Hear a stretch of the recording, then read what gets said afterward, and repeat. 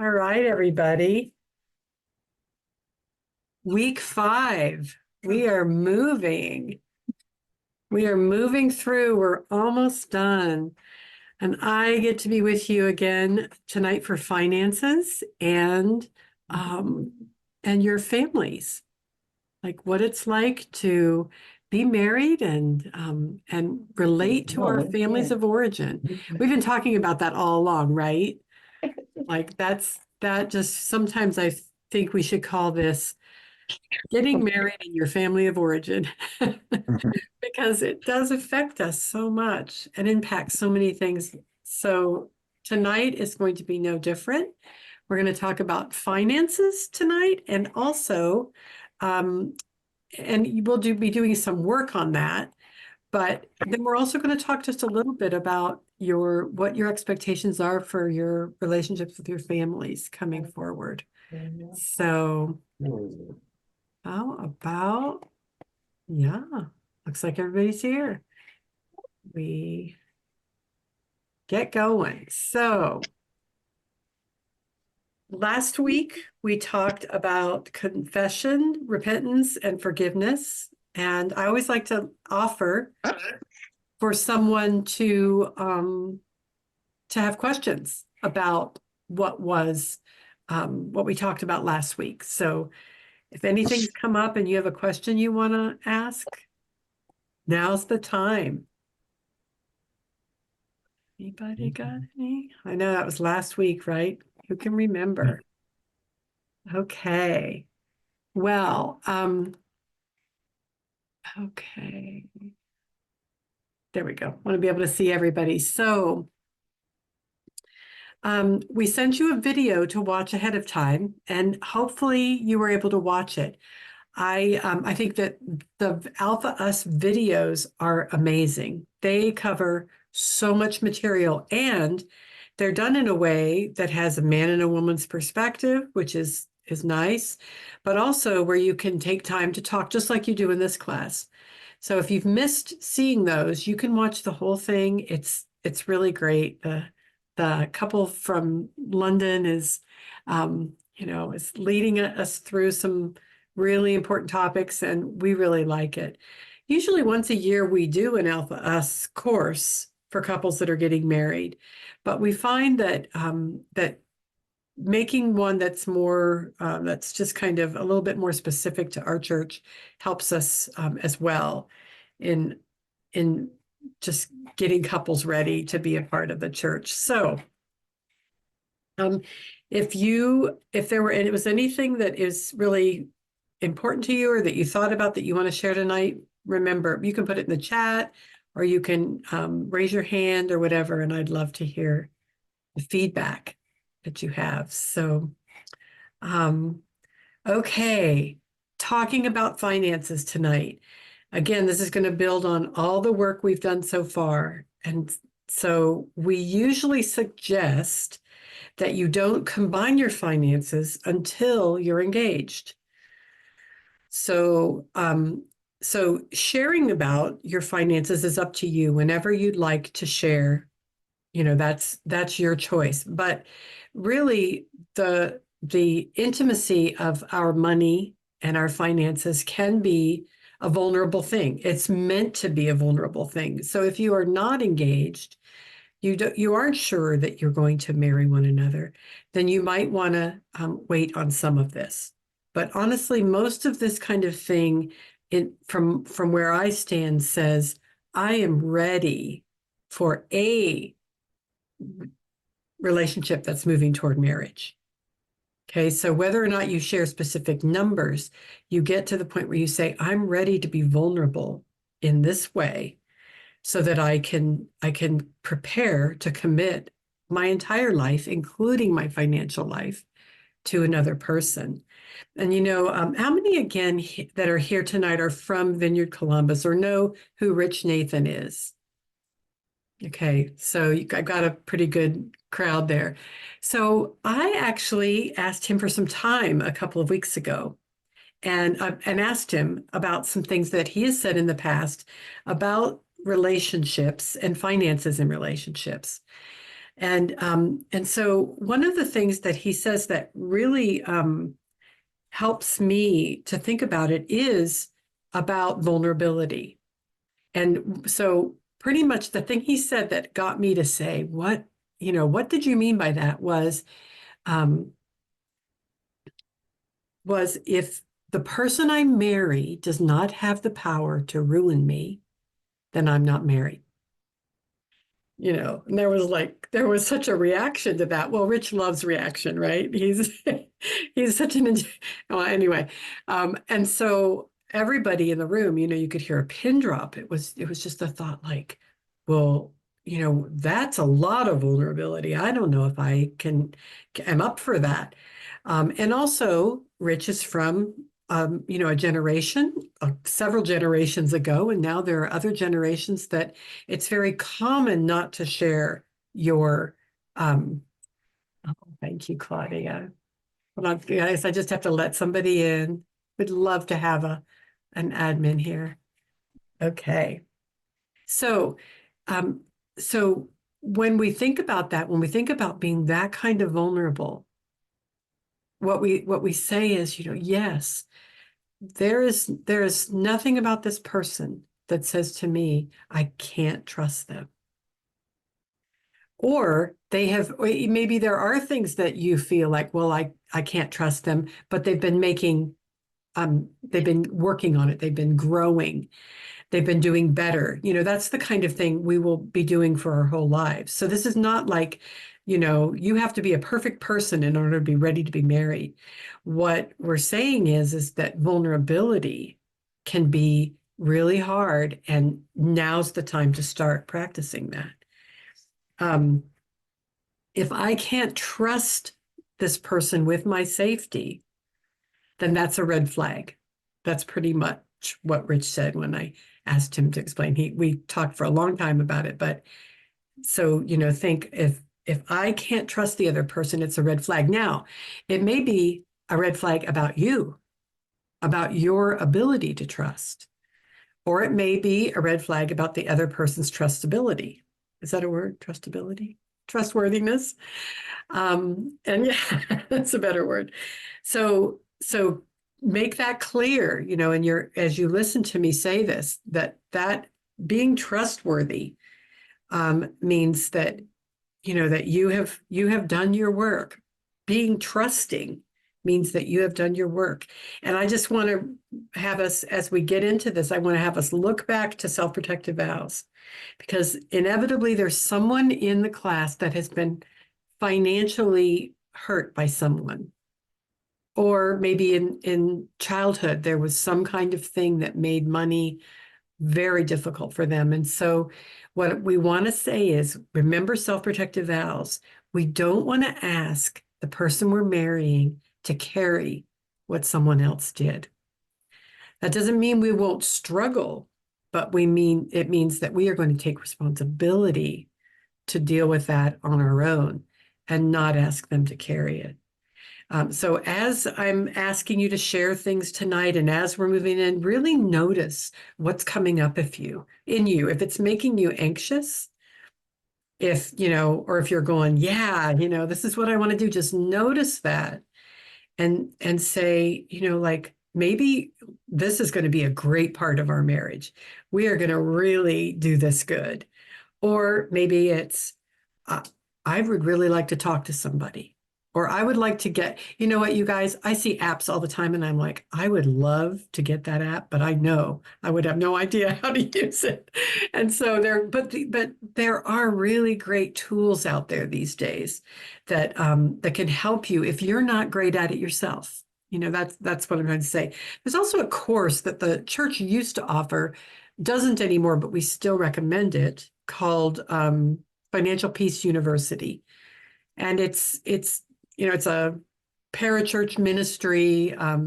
So it's got a lot of really good stuff in it. I'm not sure we would, agree on every point that person believes, but really great stuff in it for couples, especially for families, to get out of debt, to grow, to learn. Okay. So, Let's see, there's another person in the waiting room. There we go. Okay. So again, we usually suggest you don't combine until you are engaged. And I would say that a really great time to start combining would be like opening a savings account for the wedding, and both of you contribute, do an automatic deposit. So you contribute to that each month. It builds consistency. You know, you see the other person's consistent, and you're setting a budget for your wedding. You know, that's another thing. Gosh, you guys, don't even get me started on that. Depending on who you are, it can be like a snowball. And so what we always suggest is setting an amount that you want to spend on your wedding that you aren't going to go above, and trying to make everything fit in that, rather than just saying, this is what we want in our wedding, and then have that amount be out of control. Now, for some of you, you could do that, and that's great. Weddings are beautiful.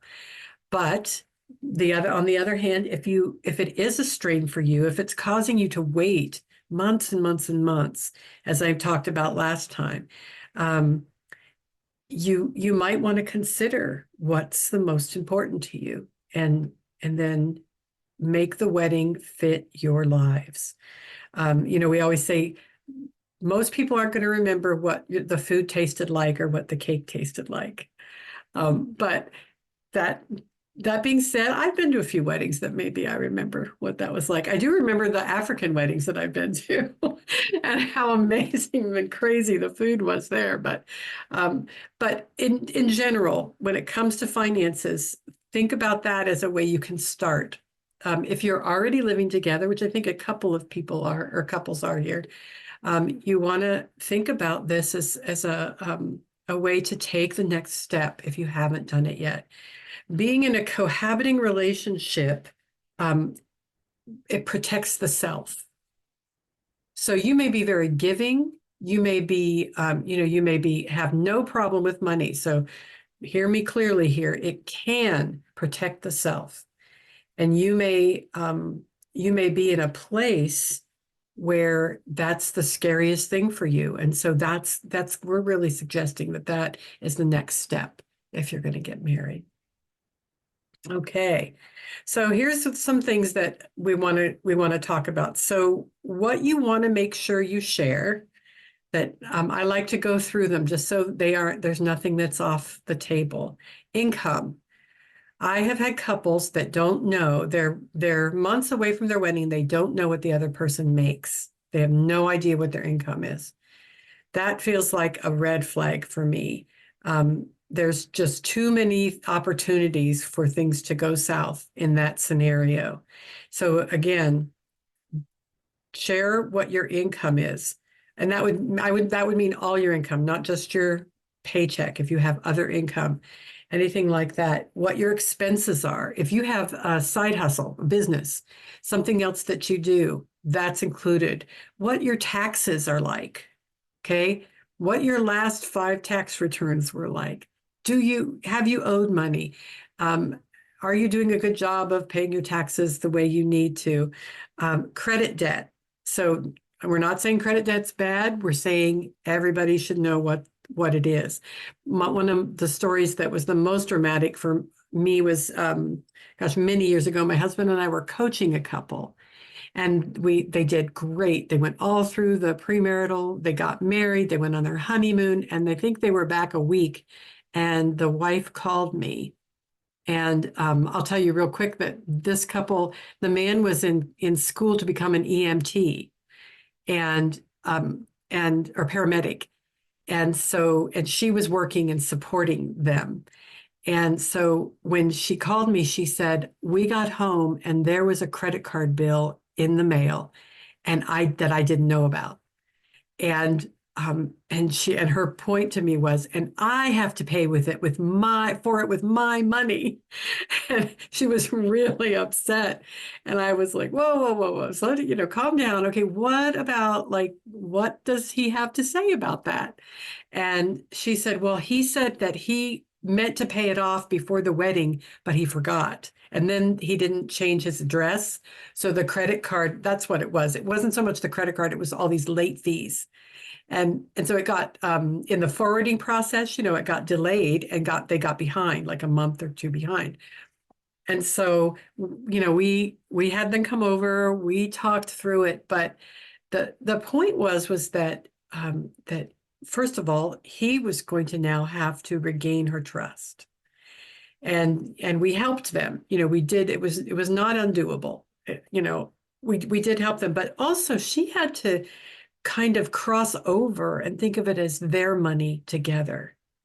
So rather than I am supporting you, that's not really, that doesn't equal marriage. It's like we support each other in marriage. We are in this together, and whatever resources we have, they are for us both. Okay, so if that's not your perspective, if you have a different perspective, I would say the next most important thing is that you agree on it. Okay, so if this perspective that I'm sharing with you is, you're like, no, this is not this is not what we're going to do. This is not the way we're going to do it. That's not wrong. But it would be really difficult to start a marriage when you don't agree. So agreement is not ultimate. Values are really important. What I value in my marriage is that we support each other. The first part of our marriage, my husband was the main person bringing in the money. He had the health insurance. I was home with our little boy, who you remember came in the first year of marriage. And so, but then I think when my son was about 8 years old or 10 years old, we kind of switched, and he was home more and I was the main breadwinner. So, but it was always us together. We made decisions. When I went back to work, it was one that we made together. I really didn't want to, but in the end, I knew it was the best thing for our family, because I was kind of raising our son by myself, because my husband was working so much and the job he had him traveling. And we decided we both want to be present for our family while he's growing up. And so I went back to work. You see, so we made these decisions together, and it took time, and it took patience, and it took prayer. But that's one of the things that I would say. We're going to talk a little bit more about that, maybe about to share or not to share finances. But again, agreement is the important thing. Having each person have a voice in what's going on is really important. So all of that just on income, expenses, credit, debt. Then there's credit score. I've had couples get in trouble because they didn't realize what the other person's credit score was. When I mean in trouble, I mean they didn't have enough money. They couldn't get the car loan they needed, or they thought they were going to buy a house, but now they can't. And so you want to go in eyes wide open, right? You just want to say, well, maybe the house isn't going to come for the next 2 or 3 years, but this is what we're going to do. This is where we want to go with it. Savings, again, no secrets. Assets, and of course, those are usually hard to hide, but and then trusts. It's okay if there's some kind of, if you have a trust for yourself, it's okay if there's some kind of, your parents want to have some kind of, or your grandparents or whoever it is, what do I want to say, like protection on that. But the other person still needs to know that it's there. And you have to agree on whether or not it's going to be used, how it's going to be used. It's just really good. It's a really good thing. I don't come across people very often with trusts, but every once in a while that is the case.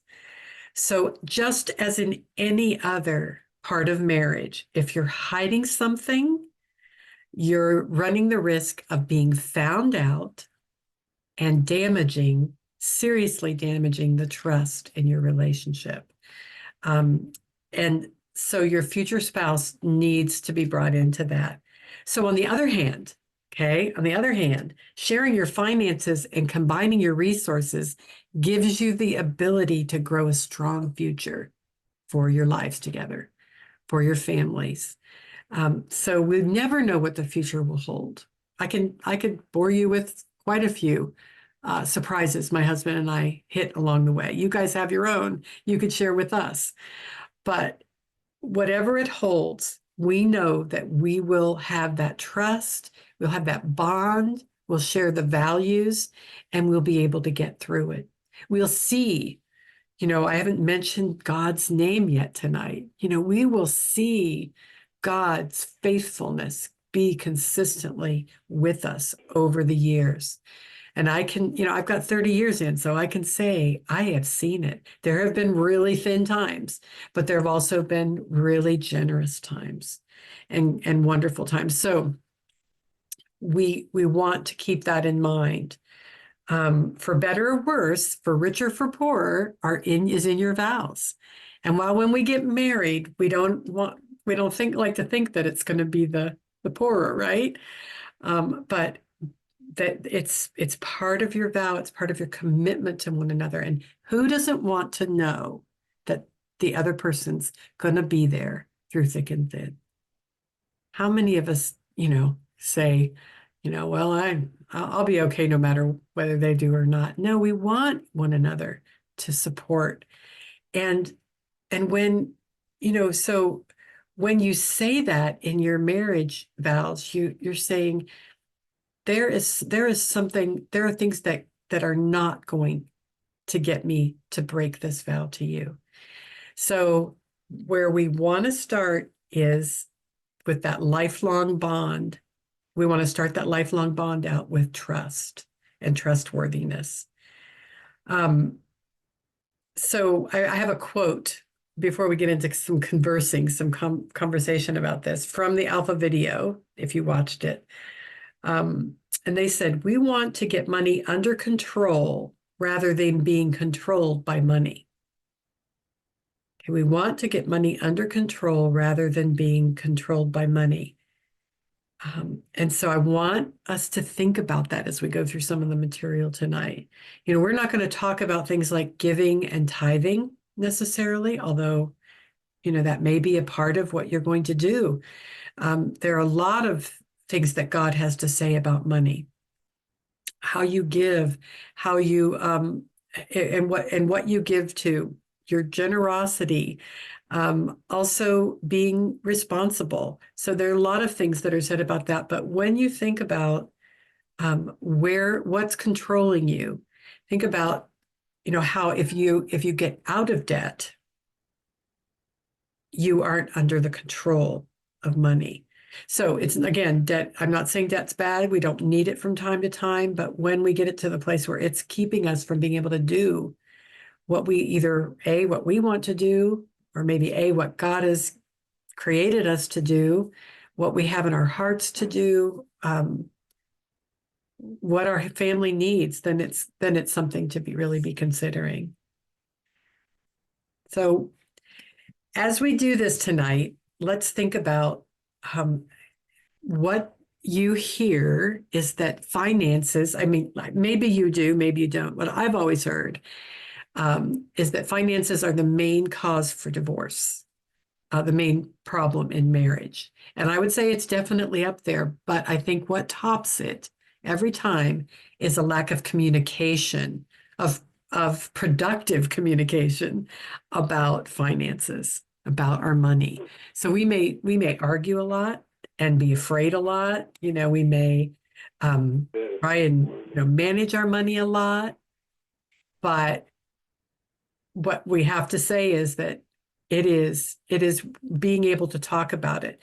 So in the video, they talked about having regular times that you talk about finances. Have one person be the one that does it. Well, you can do it together, or one person can, but be in agreement about what that is. And as you can imagine, the more checking accounts there are, the more opportunities there are for things to get missed and not gone over. So when you agree ahead upon this is what we're going to do, and you support one another, it's not like when a mistake is made that it's that person's fault. No, like I think I told you about missing the car insurance payment 1 year, and what that did. But my husband, was like completely, he was probably just as upset as I was, but he didn't blame me. He didn't make me feel you know, like less of a person for forgetting. And so we just want to know that we have one another's support no matter what. So here's an experiment I want to do. Let me see how I'm doing. Oh, I'm right on time. What do you know? Sometimes I feel like I'm talking too fast. So the experiment I want to do is, you may not have anything to write with, but you can remember. I'm sure this is very little. Without looking at each other's answers or without saying anything to one another, I want you to respond, agree or disagree to these two statements I'm going to say now. And then I'm going to give you time to share your answers with each other and see if you agree. Okay, so would you say agree or disagree to the statement, I have a budget?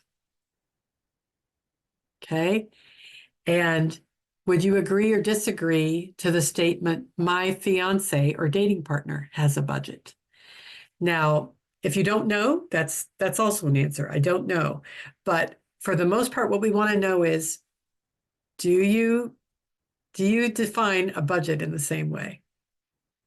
So I'm going to give you just 5 minutes to talk about this. And remember, give room for the other person to say what they think a budget is. Just 5 minutes, because you can talk about this more later, but we're going to start that now. Okay.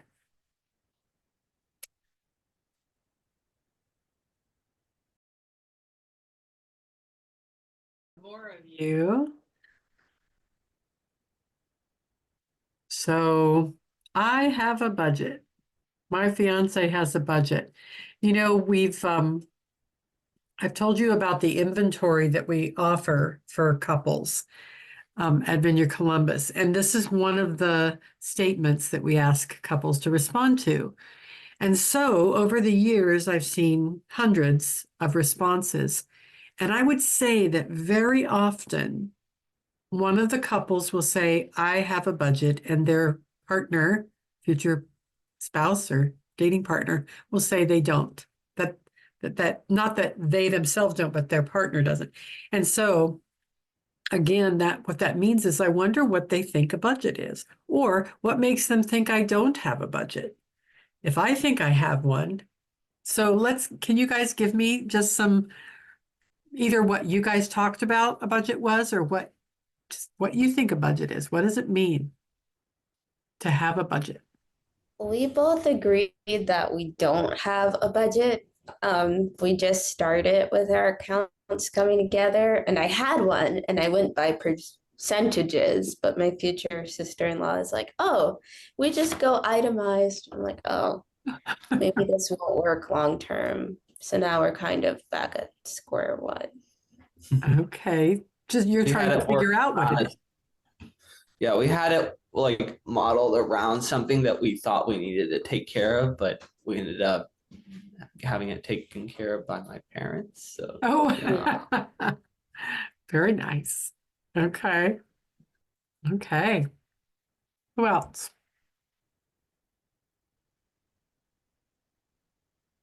Come on. Help me out, you guys. What do you think a budget is? There's no right or wrong answer, by the way.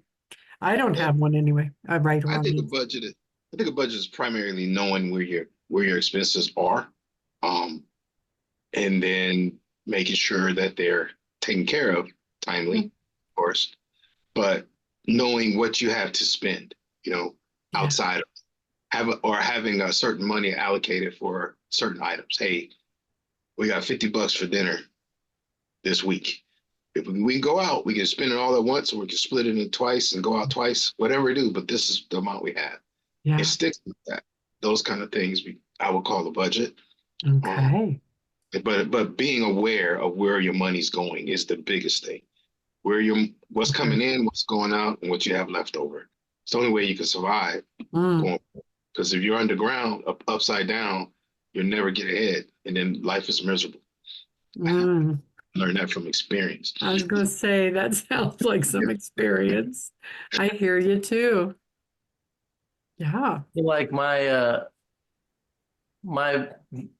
budget is basically just not spending anything. you know, like only what I have to. Like I know what things have to be paid. Everything else just goes to like investments or things that will get my money working for me instead of me just spending on dumb things, you know, like, you know, you want your money to actually be working for you instead of you working for it your whole life. So we So just, for you, it means not spending, like not spending frivolously. Yeah. correct. Yeah. We just keep everything just kind of low and no car payments. Well, No car minimal payments. car payments, no car payments. Yeah. And then, and so it helps to just then we just, eat out just rarely and then that kind of a thing. So. I like the idea too. I've been doing more of the 75-15-10 rule where you can spend 75% of every dime you bring in, and then 15% goes towards investments, and then 10 go, not percent. Yeah, it is percent. And then 10% goes to savings. So like every dollar has a job instead of just, and some people like that kind of thing, and some people are like, but I've been getting more into it because I just like the idea of knowing where it's going to go. Because if not, then I just end up spending it. So instead of doing that, it's like, you know, or just saving it and letting it sit there. It doesn't like gain anything if it's just sitting in an account. You know what I mean? Okay. So yeah. So that's what a budget means to you. Yeah. Yeah. It's pretty similar the way we think of budgeting. So that's good. That's the key. Yeah. Yeah. I mean, if money was a little bit more of a crunch, a budget would definitely be very helpful. You know, when things change, that's when you have to kind of redirect and be like, oh, you know, I remember being on a stricter budget more in my 20s and 30s. Okay. But things, you know, change as you build into your career and you can start, you know, and you start having a little bit more reliable income. It's like, oh, okay, cool. I can start putting larger amounts of money towards investments and things like that. But man, in my 20s, I was just like dollar whoppers and, you know, whatever I could find. But had we known about Roth IRAs, we'd be in a different situation. Oh man, y'all get one of those. You know what a Roth IRA is, and you're like in your 20s. Get an IRA ASAP. Okay. There's a perspective. That is a perspective. Thanks, Shelley and Okay, Jason. we're done. Sorry. That's good. I can tell you that too. It was not in our thinking when we were younger. So who else? Anybody else? Are you, yeah, there we go. Me. Is it working? Okay. Yes. Okay. I think we're both very similar to, is it Michael and Tanya? Is that your names? Okay. I think we're pretty similar in that. I do mine a little different. I have several accounts, like bank accounts open, mostly because you get paid if you open a new account. Okay. But I think for me, I kind of have it just a little slightly different than what he does because, you know, I took the class that you were talking about, the financial freedom. I took that several years ago, and to me, it was pretty constricting. So I wanted to learn how to pay myself with my accounts. So I have like things kind of set up to where I can kind of pay myself, and everything's on an automatic payment. I kind of am like the person that doesn't really want to think about having to pay bills every month or having to make sure I have all the money in the right account, things like that. So I have my direct deposit kind of broken up into all these accounts. I don't have to worry about it. I'm just not a mathematician. My whole career is based around not having to do math. So, so to me, it's just as simple and easy as possible. But we're both very much how much you have to make a month to pay your bills and make sure you're getting taken care of, and then being able to use the money for other things if you need to, kind of thing. Okay. Thanks. How many people here remember having to use a checkbook, write a check to pay bills? I can't even imagine it anymore. Like, I can't even imagine having to go. I don't even have a checking. I don't have any physical checks anymore. So it's kind of crazy. My dad still walks with a checkbook in his jacket pocket. Gosh, Hey, I know. I check the whole birthday Yeah. And card. cashiers just like groan when they see one coming, I think. Anyway, Grandparents still exclusively like give checks for Christmas. It's like, yeah, okay, yeah. It's let me take a amazing. picture of this. Okay, well, so you guys, it sounds like from what the people we heard from, you did pretty good. One of the things that I think we're going to do conflict resolution next week, and we're going to talk more about active listening, like kind of like we did during self-protective vows, where one person speaks, the other one listens. There's no interrupting.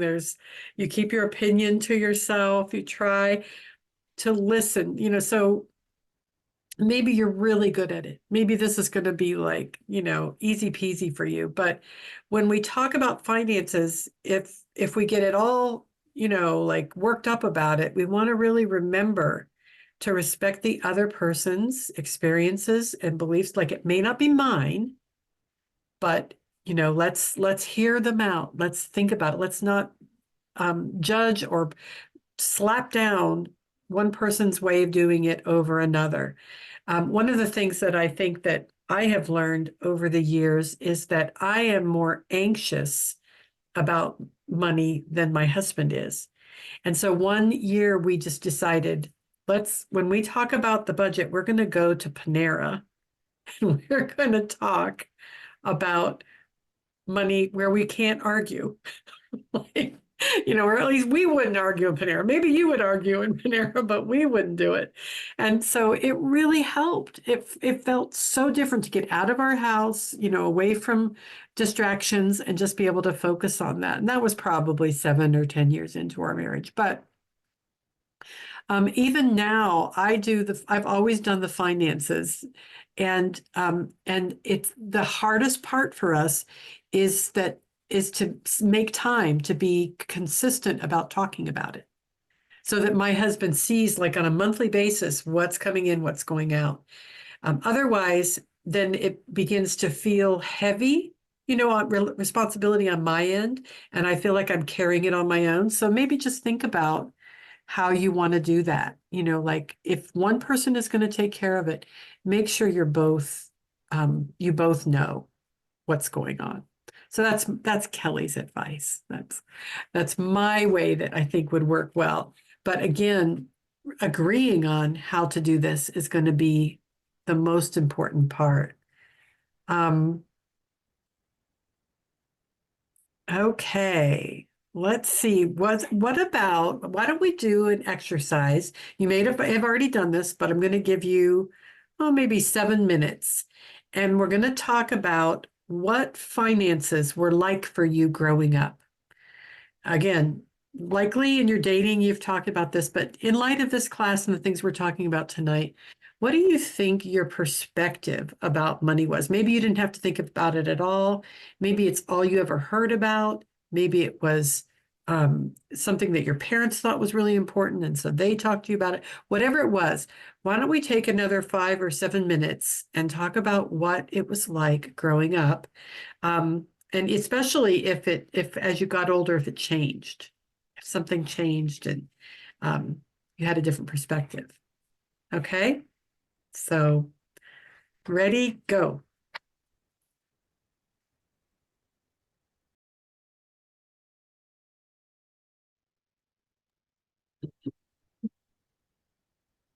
Okay, everyone. Shelly and Jason are back first. Win the prize. Okay. Have everyone join us. Just a minute. Would love to have, if you think there's something that that you'd like to share about similarities or differences.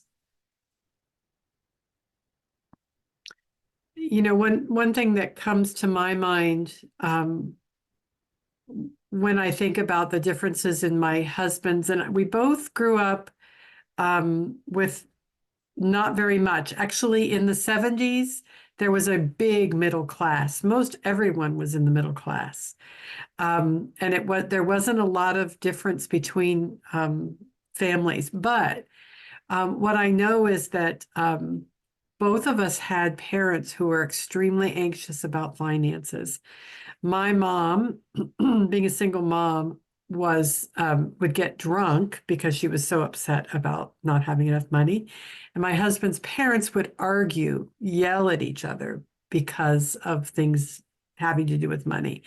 And so we really came to the table with a lot of things to work through. And so we again, you can see we had very similar experiences in our families of origin, where there was a lot of anxiety about it, but mine was to try and control everything.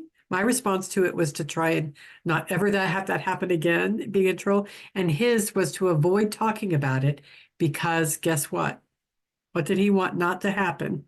For us to fight about it. So he didn't want conflict. So his was he was like a turtle in the shell, and I was like the one that comes after and says, what about this? We have to do this. We have to do that. So we worked for a long time to get on the same page. And we still have to help each other out. We still have to remind each other he has to remind me that God is there for us. I'm not on my own. And I have to allow him, I have to make it a safe place for him to share about finances. So does that spur anyone else to share, maybe, as I was shared what ours were? Or anyone like us? I'll say I can go. I know for Ben and I, it is a very difficult topic. We're actually in the process of searching for a house right now. And so we've done the credit check and we've had to disclose everything. And we went through the singles class here at church in the summer last year, but it's actually where we met. And then we talked about finances then, but there's still, even when you say, yes, I do this and yes, I don't do that, you kind of assume you know what the other person means by those things. And then you have to really find out what they mean about them. Yeah. But I think for him, growing up in Africa, coming over here as an immigrant and living here now on his own without family really to rely on, he has a very different perspective than what I do growing up in America in, middle class and having family around to be able to rely on if things go bad or whatever, if ever needed. And the way that I grew up, my mom was an accountant and she always handled things. And my dad, they both usually made about the same. But because she's an accountant and she's savvy to work with numbers, I'm also an accountant. Neither of us are great at saving. We're both really good at spending. We're both great at making a budget and making it look pretty on a spreadsheet. But as far as like sticking to a budget's more just to keep track of what we're spending, not necessarily to give us a limit of what we spend. So it's very different for Ben, like when I spend money going to take care of my dog at the vet or get her an allergy shot for $100 a month, he like blew a stack thinking how much money that would help his mom back in Africa, and how I can spend that on an animal versus him spending on a human. And it was like a huge thing. And so now every time I just go to the dog park, it's like a point of contention because he's like, you spend more time with your dog that you care about than humans. And I'm like, it's a very, very interesting topic that we're going through right now. That's really helpful, Rachel. Yeah, you see that the difference in perspective. I really like the example you gave because it does bring up how we spend. Like we're going to do something in a minute, but thinking about what things you will and won't spend money on. And there are a lot of people who help out family. I just talked with a couple not long ago, and the mom was one of their mothers was going to be evicted, and that person gave their mom the rent at Christmas time, and there was no money for the kids' presents, and didn't ask the husband. Oops, I said who it was. Anyway, you get the idea. So like just did, and they didn't agree on whether she should have done that or not. So that caused a lot of trouble. But again, if we have that in place to agree first, it can make a huge difference on how we make decisions. So, yeah, anybody else? So I know for us personally that her mom made like a lot of money, but because they are like she's like one of what, 10? So like they never had much growing up compared to where it was like I'm like one of 6. So we were a little bit better. But living between like my mother and father, like they had very different spending styles. So like my mom was very careless, but my father was very careful. So I ended up picking more of his habits. So I definitely like, get money and I like bury it in the ground, and just never touch it again. Compared to where, she ends up like spending more than we end up saving sometimes. Ah, yeah. Thanks for sharing, you guys. It's vulnerable, but we do have different styles. And so, one of the ideas is being able to come to the middle. Now there will be experiences, and it's not always about collaborating and everybody just, agrees to meet halfway. Sometimes you will go all the way over to the other person's way because it works better or because it's more important. That's one of the things that we talk about too, is who is it more important to? Like if the person that's the saver and it's so important to them and you're kind of like, well, I never did it before, but sure, we can start saving. That's probably a good idea. But again, if you're at odds about it, really try and move towards one another. Don't dig your heels in and say my way or the highway. Okay, I usually don't give absolutes like that, but I really do think that the key is saying, okay, I love this person and I want to spend my life with them. How are we going to get on the same page with this? Because this is something that will come up over and over and over again all your lives. So if you do want to be generous with the money that you don't spend, let's say, make sure you're on the same page with that. If you have family members that need help or as Rachel said, folks that are from other countries, I can tell you almost without exception, the people that I have married from other countries, not just third world countries, but other countries, they send money back every month to their families. It's just a thing. We don't even, I shouldn't speak for everyone. I don't know many people that do that in the United States, but so let's keep those kinds of things in mind. Anyone else have something you think would help us? You'd like to share before we move on? I've I put in the chat, if you have the PDF that Mindy sent you from the Alpha Us book, I want to highlight something in there for us to look at. So if you can find that, it's page 45 she sent it probably with last week's email. It's their version of discussing your finances. We did a couple tonight from ours, but this one describes your attitude towards shopping. And so we have kind of touched on that with a few of these conversations, but they just really break it down. And so it helps us to become honest. I would say, can I be honest with myself about my spending habits, about what I spend on?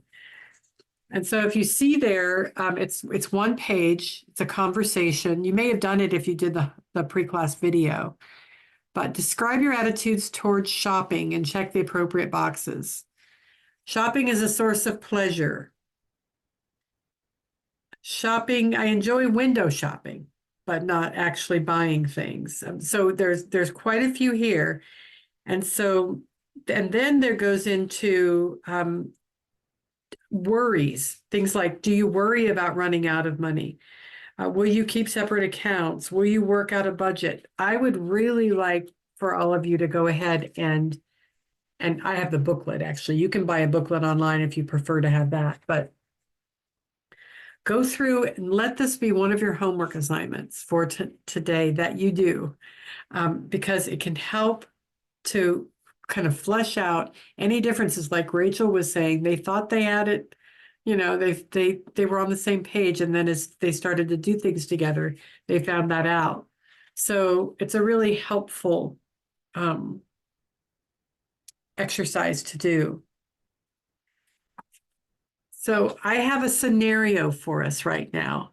I'm going to read a scenario. It's a real life scenario, but I'm just going to use the names Jack and Carol. So to protect the innocent.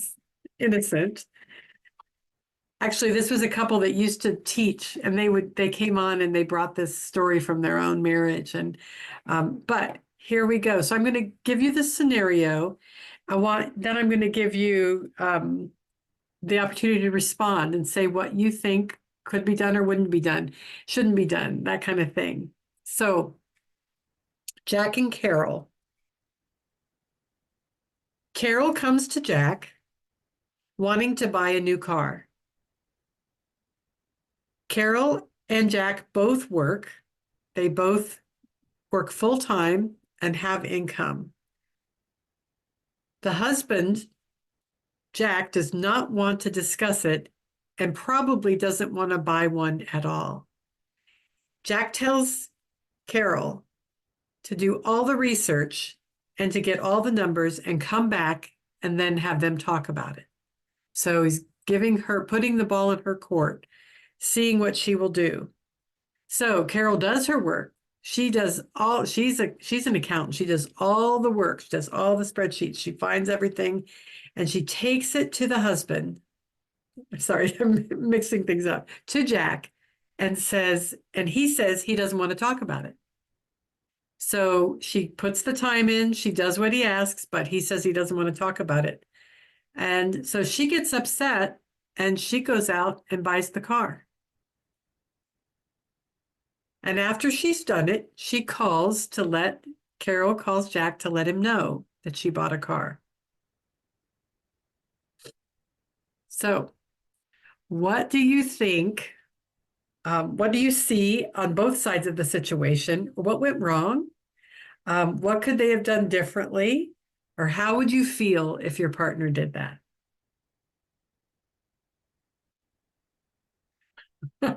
I see a few looks and smiles. Anybody want to share with the class?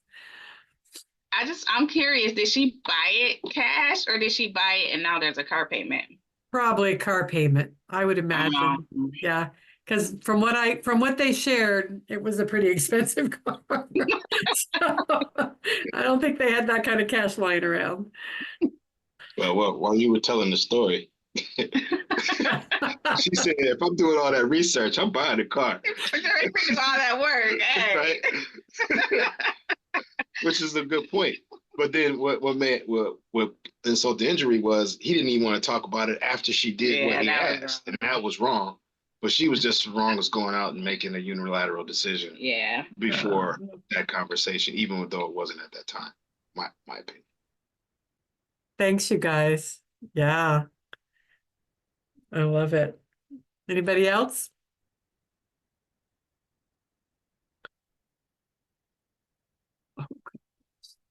We lost a few people. Sorry, hold on a second, guys. Okay. Claudia and Ian, were you going to say something? How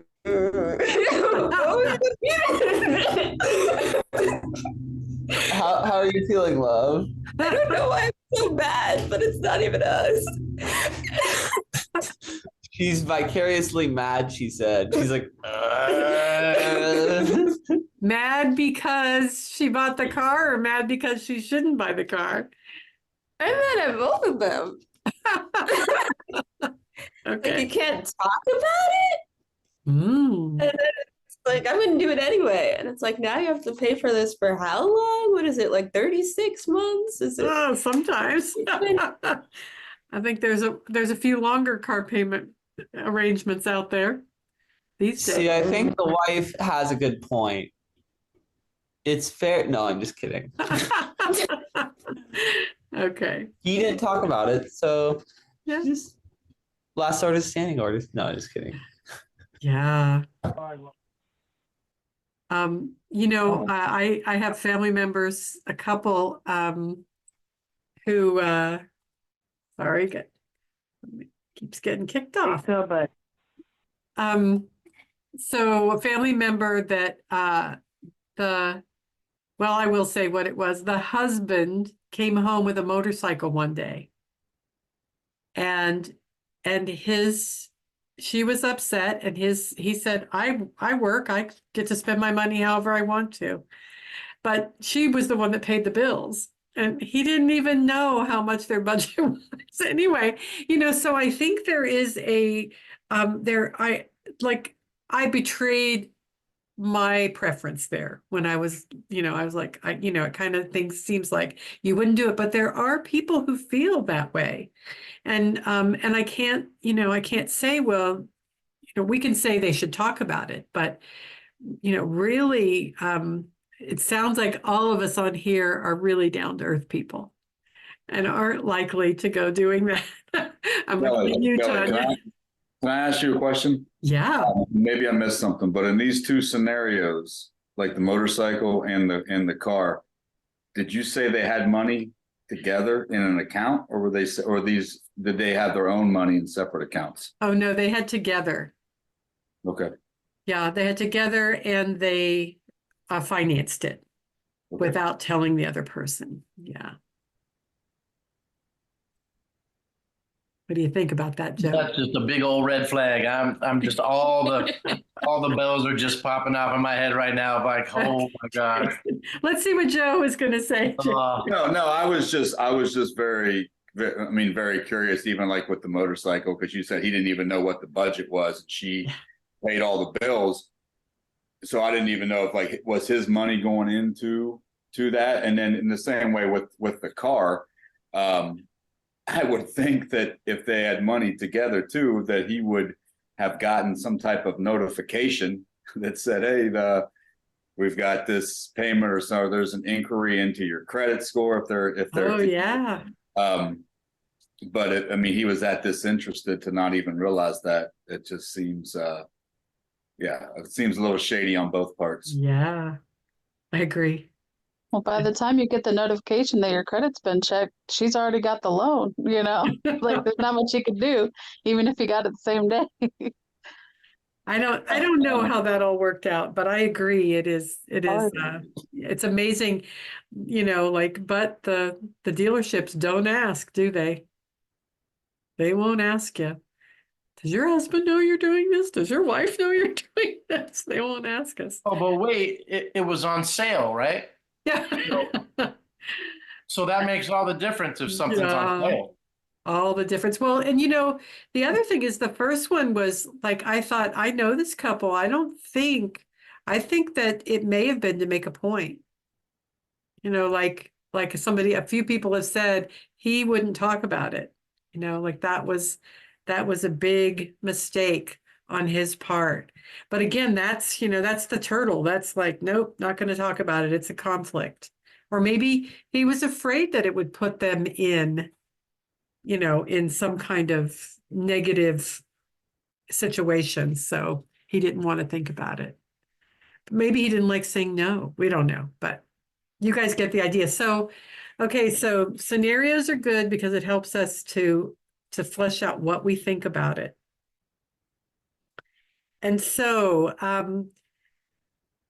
there is a worksheet in your participants guide, which I don't have open. Is there anyone who'd like to help me with that? You have your participants guide there handy. I can open it if nobody does have it opened. Check something out here first. Okay. Let's see, finances.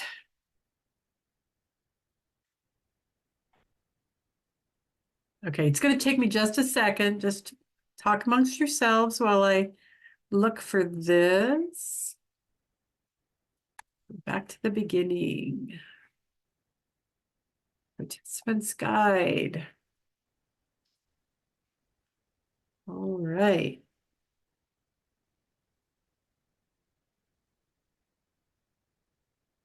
Finances is on page 99.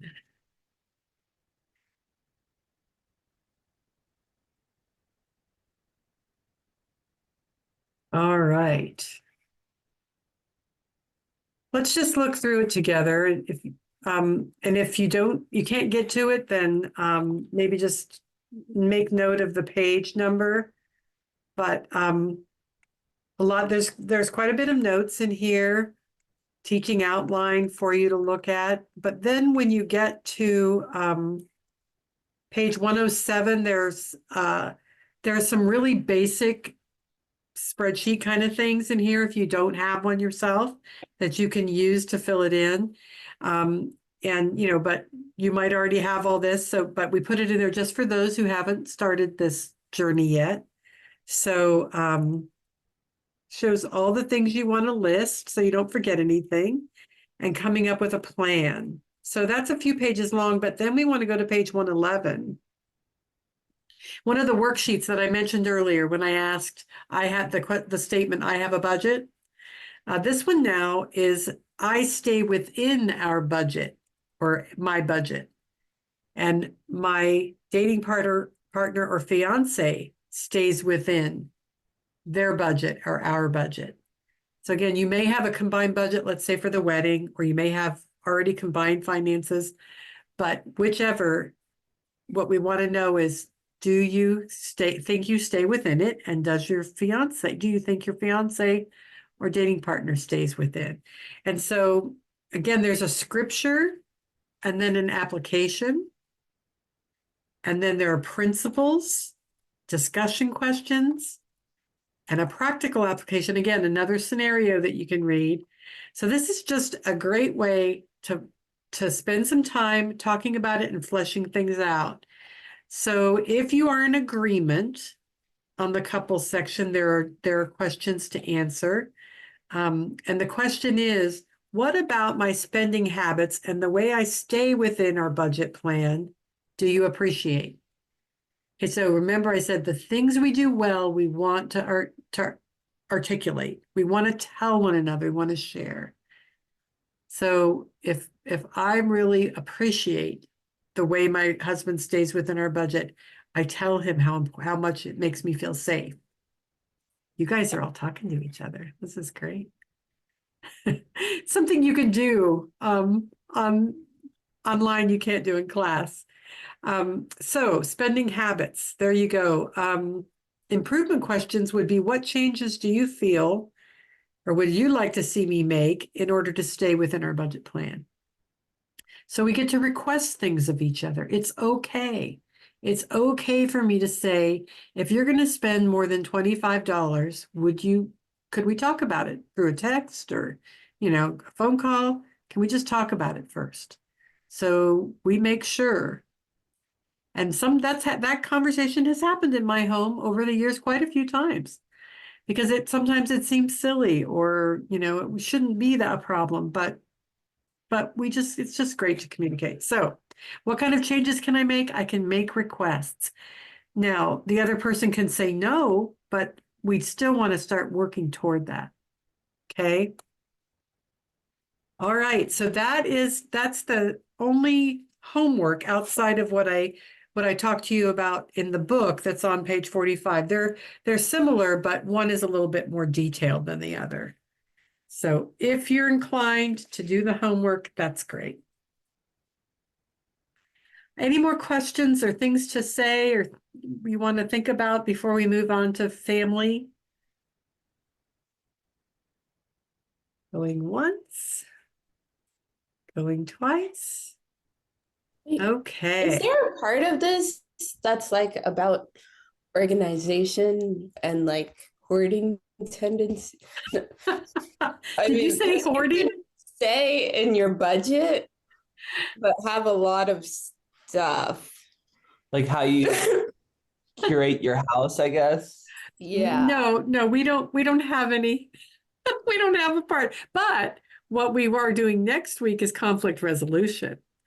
So if that is a problem, then you might learn some ways to talk about that.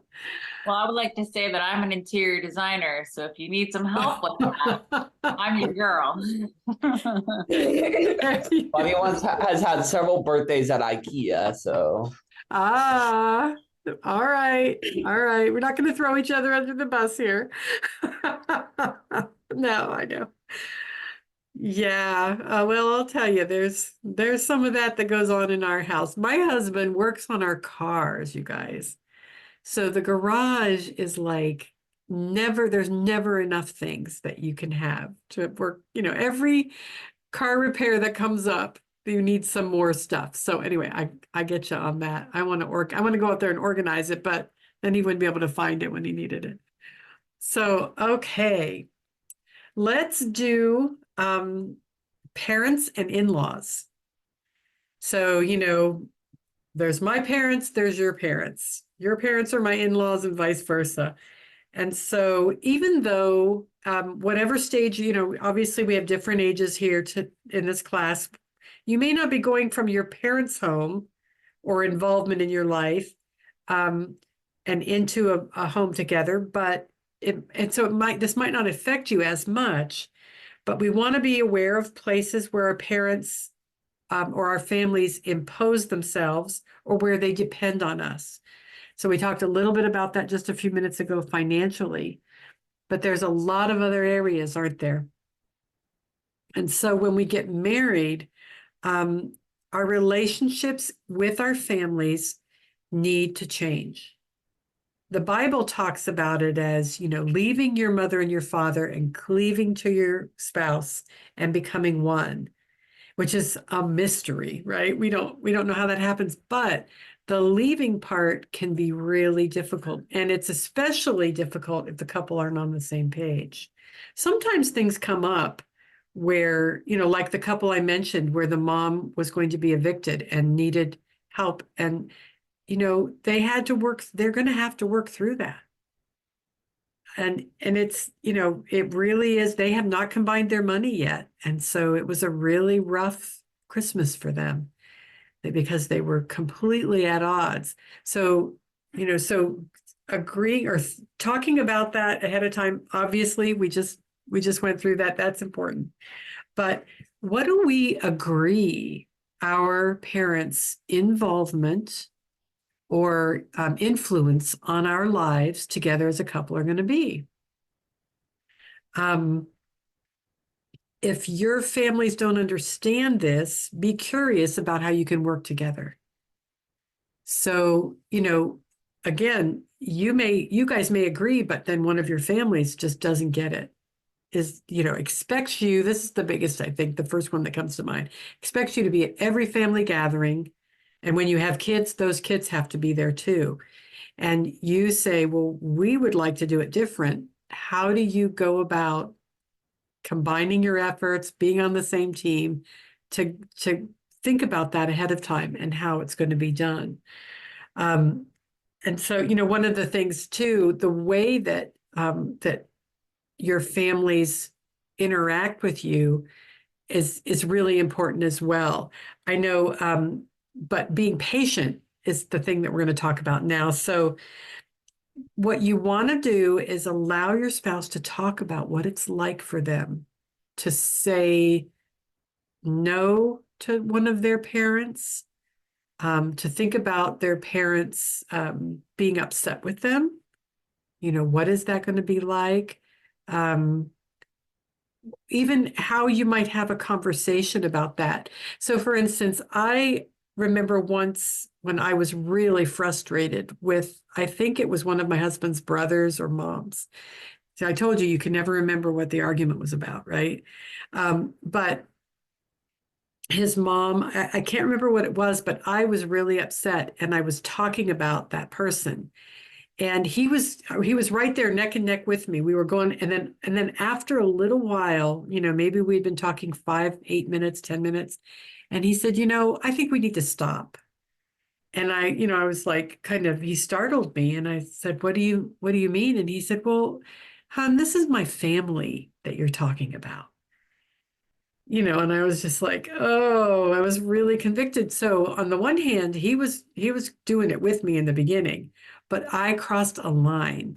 See, so I guess what I'm sharing with you is my experience of saying it's okay for them if they want to do it. And you might want to stop them at some point as well, but try to remember that when you're talking about someone else's family, no matter how frustrated they are with them, that's something that you want to honor and hold delicately for them.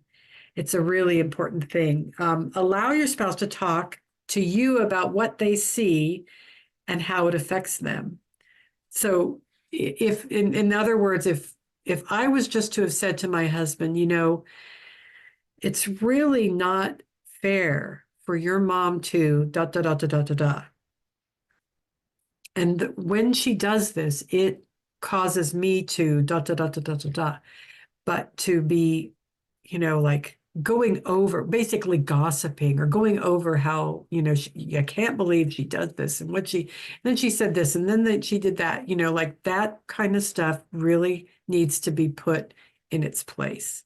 And so I can talk to my husband about his family. He can talk to me about mine.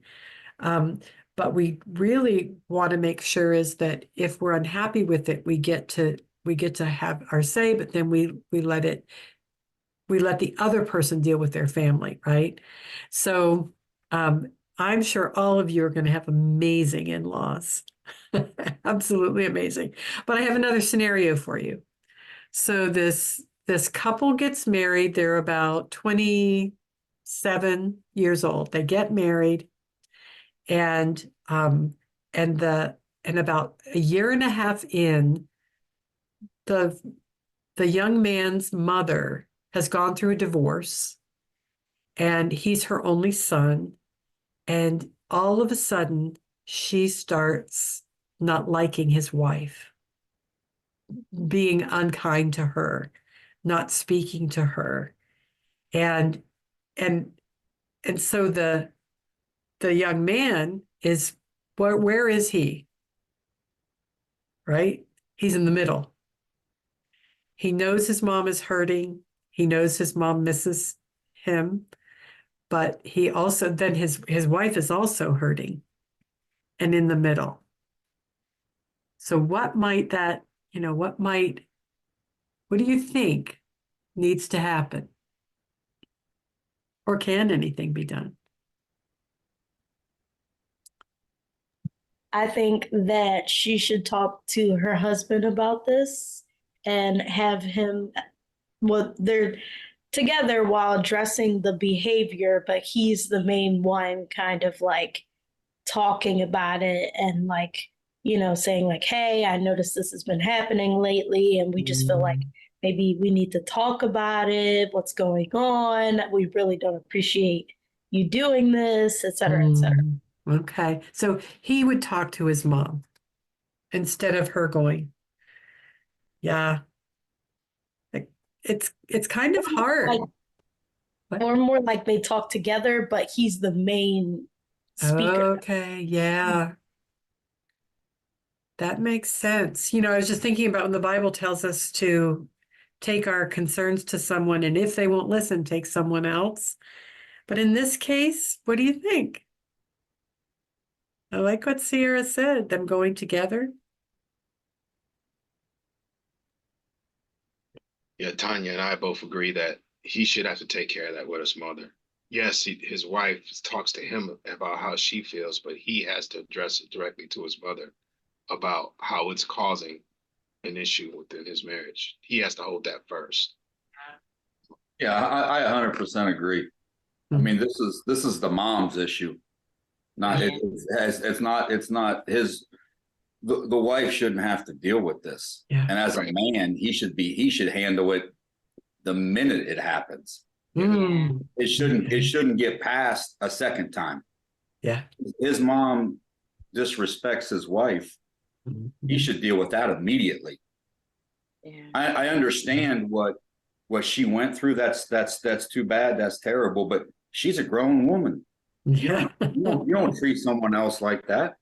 Yeah. I mean, you're not Okay. going to, not only are you disrespecting her, but you're disrespecting your son, Yeah. who you claim to have care about more than anyone. Yeah. The son needs to deal with that immediately. That they because his wife, she didn't do anything wrong. She doesn't have, she shouldn't have to No. go through And any even, of that. and if she had done something wrong, then there would be a space for the mom to say so, but Maybe yeah. it's not her mom's relationship. It's not his mom's relationship. That's between a husband and a wife. The mom really has no business dealing with that at all. But Okay. I do. Anybody his ever mom- have to tell their mom something like that? Yeah. Yeah, I had to do that. I had to do both my mom and my dad for interference. I had to run interference because, that was when we were first, he was still looking at me as the son and this is his wife, and we still can. And I was like, no, this is my wife, and we can't allow this to happen like that. So yeah, it's tough. It's really tough. It cost us some distension, but it had to happen. Yeah. And you know what happened afterwards? We had more respect in our relationships from it. So it was some growth there as well with my parents. That's really important to think about. We might be afraid of what the response would be or how we would be rejected or, maybe something would happen, but we also could look at it as how it could be better. Rachel shares boundaries. Yeah. Yeah. And so again, talking about this ahead of time is key. Like being on the same page. Now, things are going to come up that you haven't talked about, possibly. My husband's mother broke her shoulder and could not take care of herself, and we were the only ones that could bring her in. Now, I want you to know, I never wanted my mother-in-law to live in our house. I don't have to go into the details, but that was definitely, and we only took her in for a few days, and then she had to go she had to be cared for 24/7, and we couldn't do that with our jobs. So, but that was something we had to get through together. And when my husband would say yes to her and I would say you can't, then we would have to have that conversation. So, kindness, taking that higher road and saying, okay, let's talk about this. So Joe's adamant, this should be taken care of right away. And I agree. When it doesn't, take the high road, say, we need to talk, we need to think through this. We need to be on the same page. This is going to be the same thing as when you become parents. If you become parents, you have to, as much as you can, present a united front. And so I may have said this before, but I always think it's worth saying again. If you are inclined to talk to your mom or your dad about your life, share your life with them, they're your go-to person, consider making a switch now that you're in a relationship that's going to move toward marriage. So that the person that you are in relationship with does not, with your parent or family member, doesn't have to forgive the same things that you do. There's something said about that in the video that you watched, where, when the lady said that she was telling her mom about what he had done to hurt her. And she said the hard thing was within an hour, I'd forgotten about it, but my mom held on to it. And so we can have that happen in our relationships, and we need to be careful about who we share with. And I would say, a friend to process with that loves your partner, loves your marriage as much as they love you. So again, throwing each other under the bus is not going to be the way we do it. So I've got a list for you. I don't think this is in the, let's not do that. it's 8:37. I'm just going to go through this and see what you guys, just give you a second to look at each other and say, what of this list do you think could be something that you have to think about? You can foresee tension over in your relationship. So the first one that comes up is vacations. And, some of us have less vacations than others. But when you want to go on vacation, if that is a habit of yours, something you do, what do you like to do? Sierra likes going on vacation. Me too. So do you want to go somewhere busy? Do you want to do lots of things, lots of running? Do you want to lay on a beach with a book? And how can you, will there be tension about that? Also, a lot of folks do family vacations. I somehow ended up with no family at this stage of my life, but where you, like, all the brothers and sisters meet, you do a family vacation. What's that going to be like for you? So Christmas and other holidays. Again, this may change over the years. It may be fine at first, but who gets who when is kind of what it boils down to. And some families, it's going to be harder for them than others to give this up. So, I'm not here to give you suggestions. You all are just as creative as we are, but ask other couples what they do if you haven't already thought about it.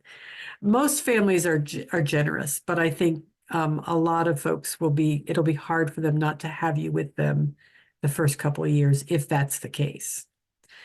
And by the way, I will tell you that my husband's and my families, when we married 30 years ago, combined. So we all did holidays together. They were two small families, and it worked out. It worked out really well. Finances, of course, whether or not you will be helping out or receiving help, that's something to consider too. You might from time to time need help and want to go to one of your family members, and that needs to be discussed ahead of time as well. If you're just given a gift, you can't really discuss that ahead of time. But maybe how you would spend it needs to be discussed. So here's a great scenario. If my dad gives my husband and I gives me whatever, $10,000, do I get to decide what to do with it? Or is it for both of us to decide? Just something to, think about there. What about interference from your family?